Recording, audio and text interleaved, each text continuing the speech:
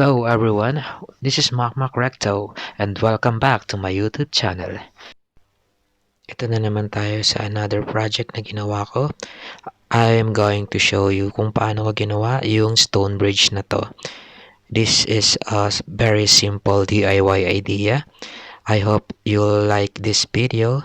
Please watch until the end and enjoy.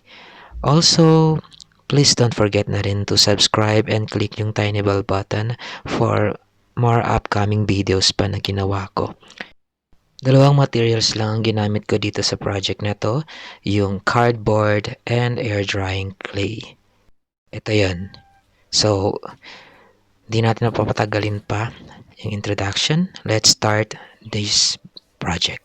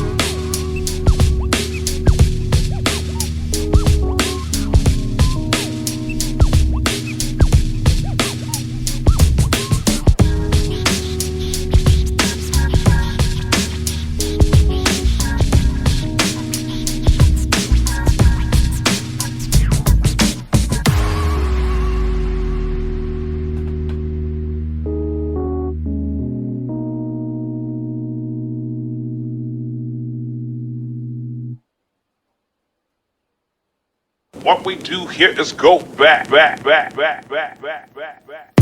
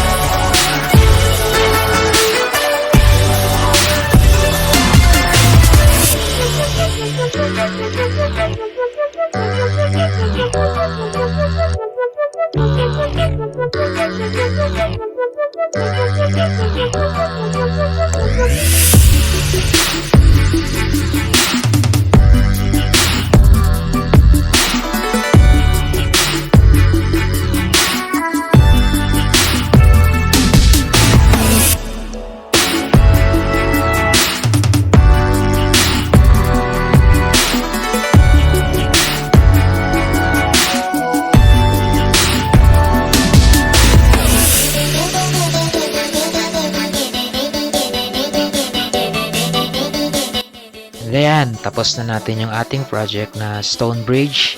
Ito na yung outcome niya after. I hope na nagustuhan niyo yung video na to, and sana marami kayo din na natutunan dito sa video ko. Also, please support me by clicking subscribe and the tiny bell button for more uploads. Thank you for watching. Abangan nyo yung next video ko.